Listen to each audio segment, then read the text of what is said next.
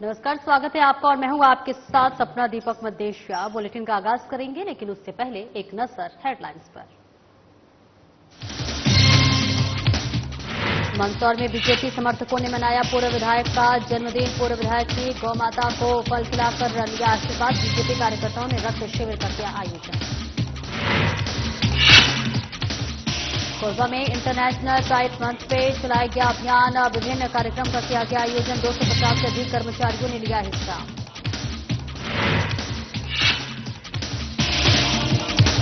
और उज्जैन में प्रशासन की संयुक्त टीम ने अवैध अतिक्रमण के खिलाफ चलाया मुहिम। मंदिर के आसपास सड़क पर किए गए अतिक्रमण को हटवाया। अतिक्रमणकारियों को लगाई फटकार। भिंड में सड़क से वंचित है लीसा गांव के लोग। ग्रामीणों को हो रही है काफी परेशानी। सरकार के दावे हो रहे विशेष दावे। और सीहोर में बाबा बर्फानी ग्रुप ने अमरनाथ के लिए जत्था को किया रवाना। 130 युवाओं का जत्था किया रवाना। बम बम भोले के जयघोष से गूंजा रेलवे स्टेशन।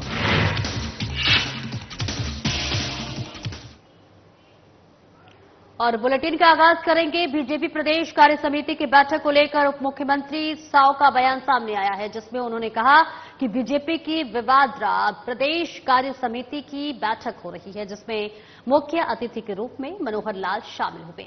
उनका मार्गदर्शन सभी को प्राप्त हुआ है। वे पार्टी के काम से लंबे समय से बस्तर में काम कर चुके हैं।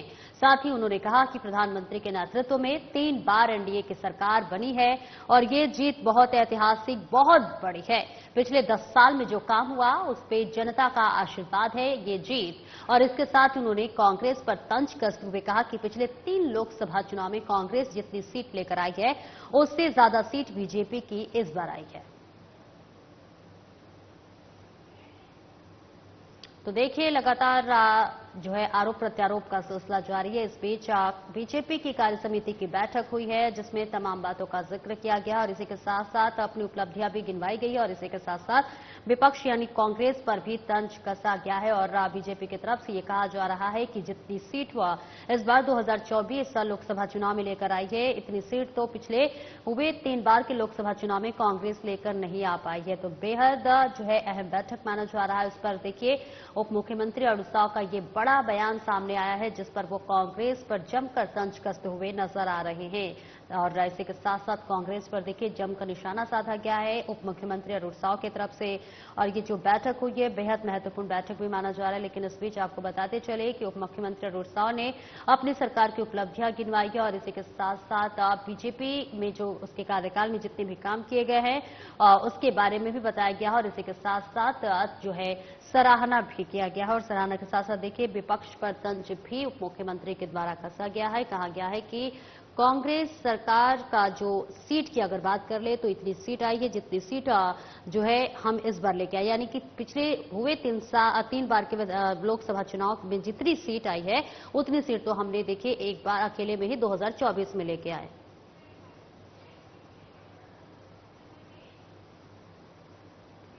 सुवासरा विधानसभा क्षेत्र के सीतामऊ की हाटिया बाग गौशाला में बीजेपी कार्यकर्ताओं ने पूर्व विधायक राधेश्याम पाटीदार का जन्मदिन बड़े ही गर्मजोशी से मनाया।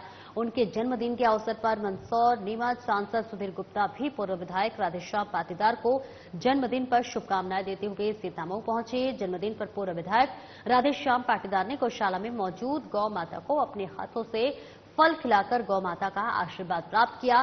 तो वहीं पूर्व सैनिक संगठन ने पूर्व विधायक को पुष्पमाला पहनाकर जन्मदिन की शुभकामनाएं दी। वहीं उनके जन्मदिन पर एक विशेष पहल की गई और कार्यकर्ताओं ने सीतामऊ के शासकीय सामुदायिक स्वास्थ्य केंद्र पर रक्त शिविर का आयोजन किया, जिसमें बीजेपी कार्यकर्ताओं के साथ आम जनता ने भी बढ़ चढ़कर हिस्सा लिया है। तो देखिए, रक्त शिविर का आयोजन किया गया है, जिसमें बीजेपी कार्यकर्ताओं ने ये जो रक्त शिविर का आयोजन किया और इसी के साथ साथ देखिए कई बीजेपी कार्यकर्ताओं ने रक्तदान भी की है। और इसी के साथ कहा है कि जो रक्तदान होता है वो महादान होता है। के अवसर पर कोई सामाजिक कार्य हो जाए और जो हमारी संस्कृति से मिला जुला कोई काम हो जाए, इसलिए गौ माता के इस गो आश्रम में गौ माता को घास डालना, गौ माता को गुड़ खिलाना और वो आज का कार्यक्रम है, लेकिन हमेशा के लिए गोपालन कैसे करना ये प्रेरणा सब कार्यकर्ताओं को मिले, इसलिए गो इसमें आज ये कार्यक्रम किया गया है। साथ ही हम देखते हैं कि जिला चिकित्सालय में ग्रामीण क्षेत्र से बहुत सारे लोग जो जाते हैं उनको रक्त के लिए भटकना पड़ता है, इसलिए एक प्रयास किया कार्यकर्ताओं ने कि हम रक्तदान करके जिला चिकित्सालय में रक्त की व्यवस्था करेंगे ताकि ग्रामीण क्षेत्र से या जो भी आवश्यकता वाला व्यक्ति है उसको रक्त सुलभ। लाहौर एसडीएम विजय यादव और नायब तहसीलदार राजजोगन कुशवाहा ने गुरुवार की दोपहर आलमपुर कन्या संकुल केंद्र के अंतर्गत आने वाले शासकीय प्राथमिक विद्यालय तिघरा का औचक निरीक्षण किया। तिघरा का विद्यालय महीनों से नहीं खोला गया था, जिससे पूरे विद्यालय परिसर में गंदगी बिखरा हुआ पाया गया। वहीं एसडीएम को मौके पर दोनों शिक्षक मनोज चौधरी और उत्तम कुशवाहा भी नदारद मिले। मौके पर मौजूद ग्रामीणों ने एसडीएम को बताया कि तिघरा का स्कूल महीने से नहीं खोला गया है और कई महीनों से शिक्षक भी नहीं आए हैं। वहीं ग्रामीणों ने बताया है कि यहां कभी कोई शिक्षा विभाग का अधिकारी भी निरीक्षण करने नहीं आता है।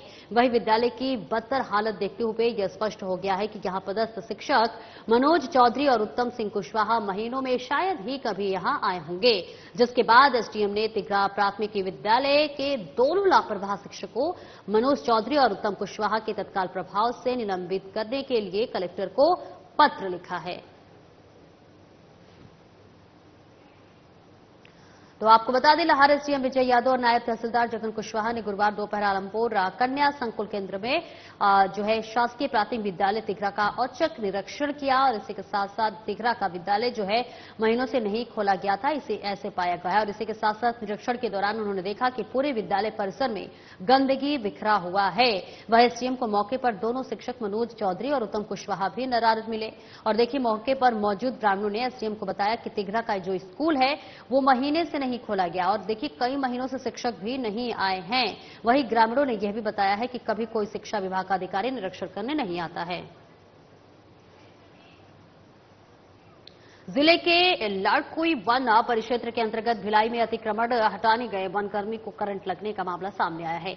वनकर्मी अस्पताल में भर्ती कराया गया है। जानकारी के अनुसार भिलाई में वन विकास निगम द्वारा अवैध रूप से वन भूमि पर किए गए अतिक्रमण को हटाने की मुहिम चलाई जा रही है। 3 दिनों से लगातार भिलाई क्षेत्र में वन विकास निगम द्वारा भिलाई के कक्ष क्रमांक 452 में वन माफियाओं द्वारा किए गए अतिक्रमण को हटाया जा रहा है। और ऐसा बताया गया है कि जब वन अमला मौके पर पहुंचा तो जंगल में तार बिछा रखे थे और उसमें विद्युत करंट था। जैसे ही वन अमला मौके पर पहुंचा और तार को हटाने का प्रयास किया तो वही तार में करंट होने की वजह से वन रक्षक आशीष श्रीवास्तव करंट की चपेट में आ गए, जिससे वो बेहोश हो गए और उन्हें 100 नंबर डायल करके मदद से सामुदायिक स्वास्थ्य केंद्र लाड़कुई उपचार के लिए लाया गया है। डॉक्टर के मुताबिक वन रक्षक की हालत में सुधार बताया जा रहा है।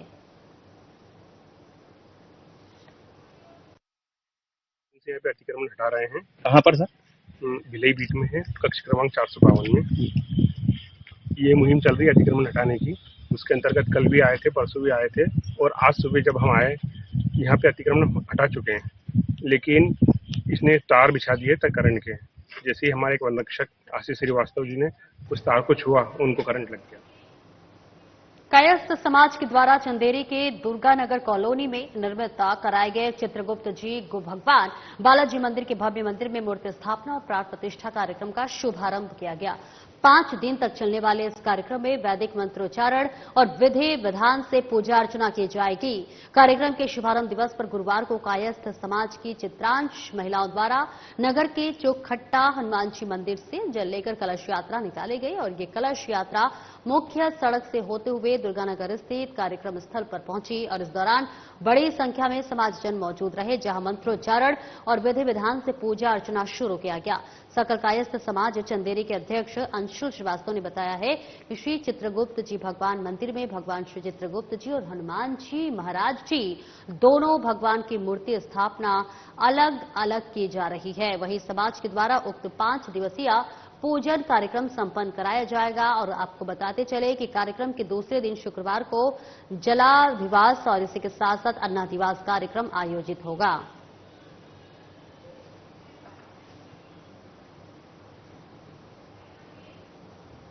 और अब खबर कराहल से है, जहां पर कराहल आदिवासी विकासखंड की शिक्षा की अगर बात की जाए तो शासन का ये भरसक प्रयास है कि यहां आदिवासी बच्चों की शिक्षा व्यवस्था में बेहतर सुधार हो सके। लेकिन इस उद्देश्य प्राप्ति के लिए कराहल का स्थानीय शिक्षा प्रशासन कितना सजग है, ये आप इस खबर को देखने के बाद समझ जाएंगे।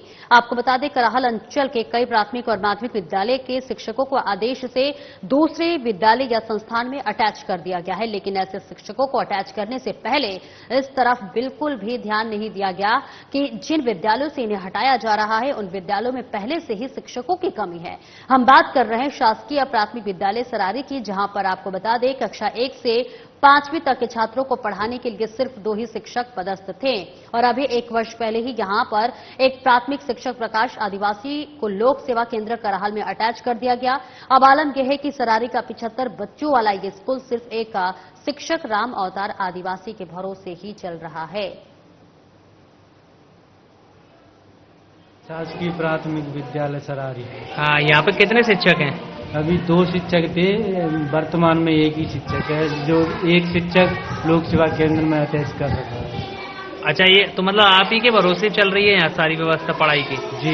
तो ये 3 क्लास में जो बच्चे हैं आप 1 में पढ़ा रहे थे, तो 2 बच्चों को 2 क्लास में कौन लेता है? फिर सर कैसे पढ़ा पाते होंगे आप? तो उनको 1 क्लास को होमवर्क दे देते हैं तो फिर दूसरे में आ जाते हैं, दूसरे को दे देते हैं तो तीसरी क्लास। तो कहीं ना कहीं आपको भी ये कमी लग रही होगी कि शिक्षक की वजह से आप? कमी तो सबको लग रही है मुझे। शिक्षक की आवश्यकता यहाँ पे है? हाँ है, 2 शिक्षकों की आवश्यकता है। दूसरे शिक्षक को कब से अटैच कर रखा है? 1 वर्ष हो गए। 1 वर्ष से अटैच? जी। 1 वर्ष से ऐसी चल रही है व्यवस्था? जी, ऐसी चल रही है। परेशानियां तो आ रही हैं? आ रही है। आपने कभी मांग की कि मेरे शिक्षक की दिया जाए? मैंने मांग की, लेकिन नहीं दिया? नहीं, अभी वापस नहीं किया। किससे मांग की आपने? डीओ साहब से और जन शिक्षा केंद्र से। सर्वसहमति से आदिवासी युवा प्रभाग का जिला अध्यक्ष यतेंद्र छोटू सलाम को बनाया गया है, जिसको पर नवनियुक्त जिला अध्यक्ष यतेंद्र सलाम ने कहा कि क्षेत्र में ग्रामीण क्षेत्र के वे बच्चे जो पढ़ाई से वंचित रह जाते हैं उन पर विशेष नजर रखकर उन्हें शिक्षा से जोड़ा जाएगा। साथ ही आज कोंडागांव जिला अस्पताल, जो हम सभी सामान्य परिवारों के लिए उम्मीद का सबसे बड़ा स्रोत है, वहां की स्थितियों को सुधारने का पूरा प्रयास किया जाएगा, क्योंकि शिक्षा और स्वास्थ्य की है जो हमारे समाज की सबसे बड़ा ताकत है। क्षेत्र में लव जिहाद जैसे मामले काफी तेजी से बढ़ रहे हैं, जिस पर जल्द एक अच्छी कार्रवाई की जाएगी।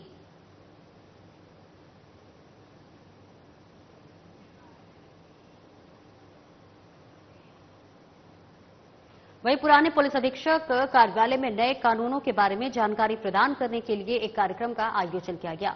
पुलिस अधीक्षक वाई अक्षय कुमार ने पत्रकार गणों को 3 नए कानून, भारतीय न्याय संहिता 2023, भारतीय नागरिक सुरक्षा संहिता 2023 और भारतीय साक्ष्य अधिनियम 2023 के साथ साथ महिला संबंधी अपराध, बच्चों से संबंधित अपराध और साइबर क्राइम के बारे में जानकारी प्रदान की गई। कार्यक्रम में इन नए कानूनों की प्रमुख विशेषताओं और नागरिकों पर उनके प्रभाव पर चर्चा की गई और इस कार्यक्रम के दौरान अतिरिक्त पुलिस अधीक्षक कोंडागांव रुपेश कुमार डांडे, उप पुलिस अधीक्षक सतीश भार्गव, पुलिस अनुविभागीय अधिकारी कोंडागांव रुपेश कुमार, जिला अभियोजन अधिकारी प्रदीप झा एवं जिले के समस्त सामान्य पत्रकारगण उपस्थित रहे। आज आप देखेंगे तो कई सारे हम मीडिया फ्रेंड्स को हम बुलाए थे। ये नया कानून जो है, नया क्रिमिनल लॉ जो है, उसका जानकारी देने के लिए, क्योंकि मीडिया एक बहुत अच्छा interest group, major group type का काम करती है पब्लिक की। तो फिर अगर आपको प्रॉपर अवेयरनेस अगर लॉस के बारे में रहता तो आप पब्लिक को अवेयर करा देंगे। ये इसका आज का सेशन का इंटेंशन है। आज हम डीपीओ साहब को बुलाए थे आपको बहुत सारा विषय पे अवगत कराने के लिए।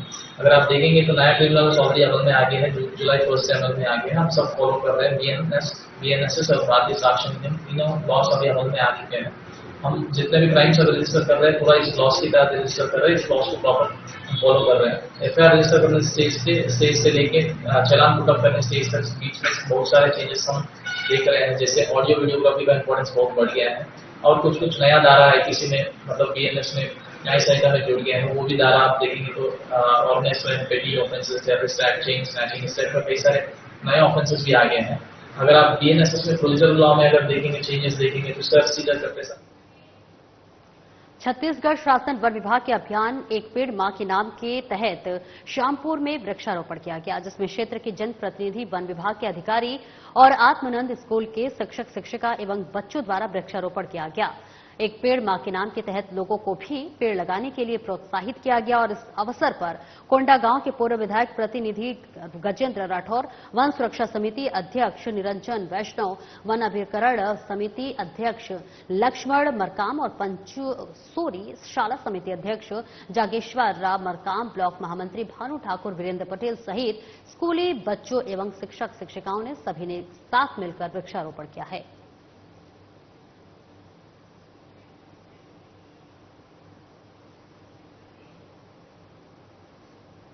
आगे बढ़ते हैं। लाहौर पुलिस मुख्यालय भोपाल के निर्देशानुसार एक पेड़ मां के नाम अभियान के तहत लाहौर थाना परिसर में एसडीओपी प्रवीण त्रिपाठी ने पौधारोपण किया। इस अवसर पर विधि विधान से पूजा अर्चना कर कन्याओं के हाथ पेड़ पौधे लगाकर पौधारोपण अभियान का शुभारंभ किया गया।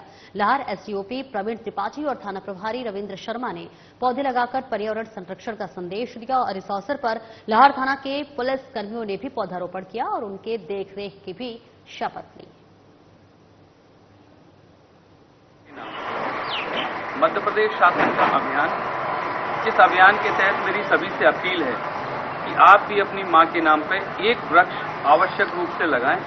वर्तमान समय ग्लोबल वार्मिंग का दौर है, तापमान पृथ्वी का बढ़ता जा रहा है और उससे निजात पाने का एकमात्र तरीका जो पृथ्वी का सौंदर्य भी कहलाते हैं वृक्ष हैं।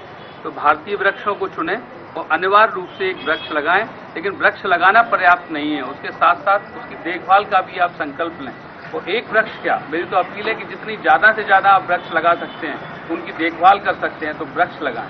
कहा भी जाता है भारतीय संस्कृति में कि एक वृक्ष 100 पुत्रों से बढ़ के होता है। तो सभी से मेरा विनम्र अनुरोध है कि वृक्ष को लगाएं, उसका लालन पालन करें और पृथ्वी। सीहोर पुलिस ग्राउंड पर एक पेड़ मां के नाम अभियान के अंतर्गत पौधारोपण कार्यक्रम रखा गया है, जिसमें सीहोर पुलिस अधीक्षक मयंक अवस्थी ने पौधे लगाकर पौधारोपण का संदेश दिया। एसपी मयंक अवस्थी के साथ उनकी बेटी ने भी पौधारोपण किया।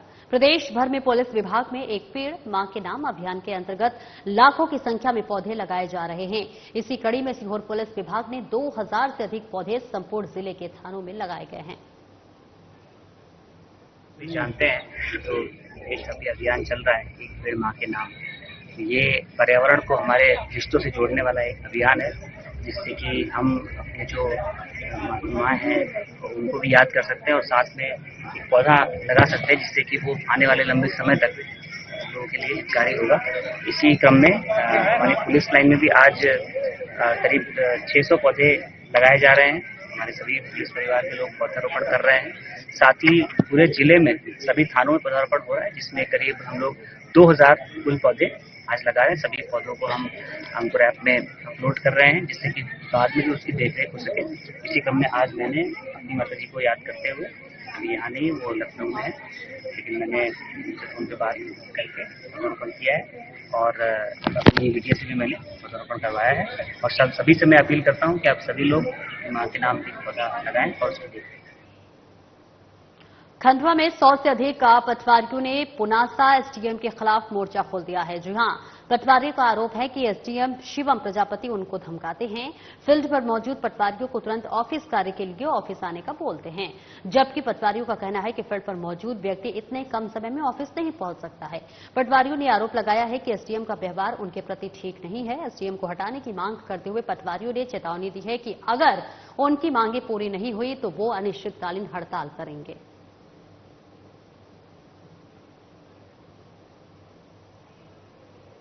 अनुभाग में जो हमारे आदरणीय अनुविभागीय अधिकारी महोदय हैं, उनके द्वारा जो कार्य करने की शैली उसके प्रति हमने ज्ञापन दिया था। हम चाहते हैं कि उनकी शैली जिस प्रकार से मानसिक प्रताड़ना देने वाली है, उस शैली में हम उनके अंडर में काम नहीं कर सकते।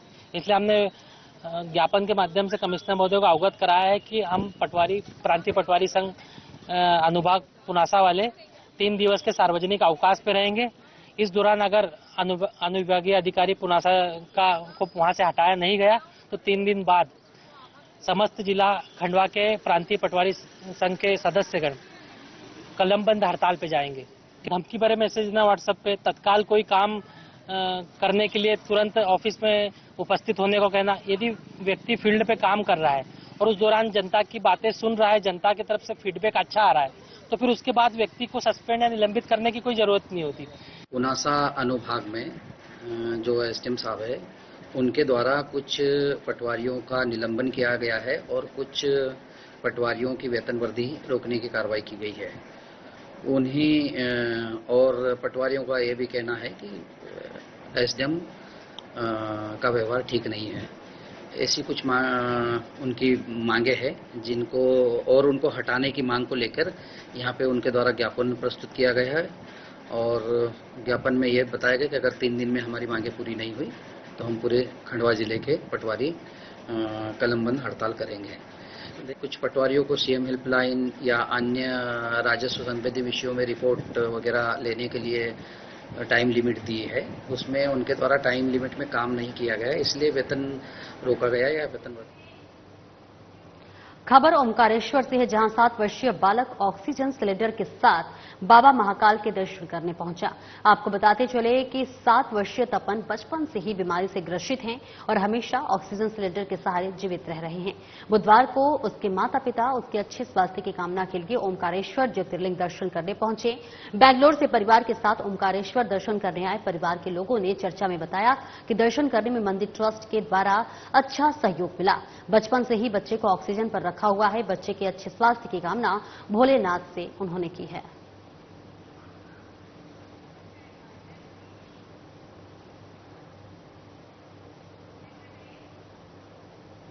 आगे बढ़ेंगे। झाबुआ नगर पालिका की तरफ से वेस्ट कार्यक्रम के तहत एक नया प्रोग्राम किया जा रहा है और इसके तहत हुए घरों से निकलने वाले कचरे से सौंदर्यीकरण का कार्य किया जा रहा है।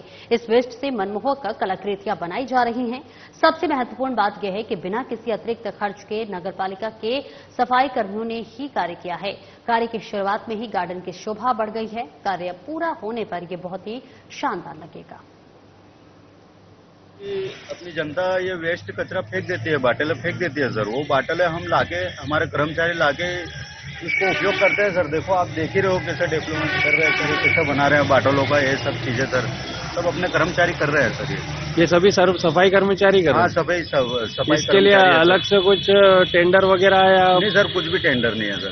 ये सिर्फ नगर पालिका खुद ही करवा रही है? हाँ सर, नगर पालिका वेस्ट मटेरियल। हाँ, वेस्ट मटेरियल जो भी फेंक देता है कूड़ा कचरा सर, उसमें से अपन लाके बाटल साफ करके और वैसे ये बना रहे हैं सर, उपयोग में ले रहे हैं सर। स्वच्छ सर्वेक्षण हमारे पूरे देश में चल रहा है और झाबुआ शहर में भी एक्चुअली क्या है कि प्लास्टिक की बोतलें काफी मात्रा में फेंकी जा रही थी। हम व्यापारियों से लगातार अपील भी करते हैं कि वो प्लास्टिक या अपना जो कचरा है वो फेंके नहीं, हमारी गाड़ी में डालें। तो लोगों को मोटिवेट करने के लिए स्वच्छ सर्वेक्षण भी 3R गार्डन है बनाना है, तो हमने उन्हीं प्लास्टिक की वेस्ट जो फेंकी गई बोतलें हैं उनको इकट्ठा किया और अम्बेडकर पार्क में एक कलाकृति बना रहे हैं वहां पर, ताकि लोगों को हम वहाँ पे बता भी सके कि आप जिस चीज को फेंक रहे हैं उससे हम क्या क्या कर सकते हैं। वेस्ट से बेस्ट बनाने का काम नगर पालिका। खबर दुर्ग से है, जहां इन दिनों लगातार अवैध गतिविधियों में शामिल आरोपियों के खिलाफ पुलिस की कार्रवाई जारी है। इसी कड़ी में दुर्ग एंटी क्राइम और साइबर यूनिट की संयुक्त टीम ने 3 गांजा तस्करों को गिरफ्तार किया है। आरोपियों के कब्जे से लगभग 40 किलोग्राम गांजा बरामद किए गए हैं। बताया जा रहा है कि तीनों गांजा तस्कर बिहार के रहने वाले हैं, जो भिलाई में गांजा सप्लाई करने के फिराक में थे। वहीं मुखबिर की सूचना पर पुलिस ने कार्रवाई करते हुए तीनों तस्करों को दबोच लिया है। फिलहाल पुलिस आगे की कार्रवाई में जुटी हुई है। कल जैसे मुखबिर सूचना मिली थी, उस आधार पर छावनी थाना अंतर्गत पावर हाउस में जहां होंडा शोरूम है उसके आसपास 3 व्यक्तियों के संदिग्ध रूप से विचरण करने की जानकारी मिली थी मुखबिर के द्वारा, जिस पर एसीसीयू की टीम और छावनी थाना की टीम के द्वारा संयुक्त रूप से कार्रवाई की गई और इन संदिग्धों से 3 संदिग्धों से पूछताछ की गई। पूछताछ करने पर और चेक करने पर उनके द्वारा जो रखे गए पिट्ठू हैं, उन पिट्ठू में प्रत्येक से क्रमशः 12 और लगभग 17 किलो का गांजा बरामद किया गया था। और इनको जब हिरासत में लेकर के पूछताछ की गई तो पता चला कि ये व्यक्ति जो है वो गोपालगंज बिहार के रहने वाले हैं ये तीनों, और एक चेन के तहत काम करते हैं जहां पर उनको जगदलपुर से गांजा का जो सामग्री था उसको पिक करना था। उसके बाद ये दुर्ग आते और दुर्ग में किसी बस में सवार होकर के चढ़ करके ये अपने अन्य गंतव्य की ओर जाते, जिसके इनके मुताबिक जो इनका गंतव्य था वो अंबिकापुर बताया जा रहा था। और ये जो गांजा की खेप जो थी वो उत्तर प्रदेश के रास्ते बिहार की ओर जाने वाला था और इनका अंतिम जो पॉइंट था वो भोपाल। और इस बुलेटिन में इतना ही। खबरों का सिलसिला आगे भी जारी रहेगा। नमस्कार।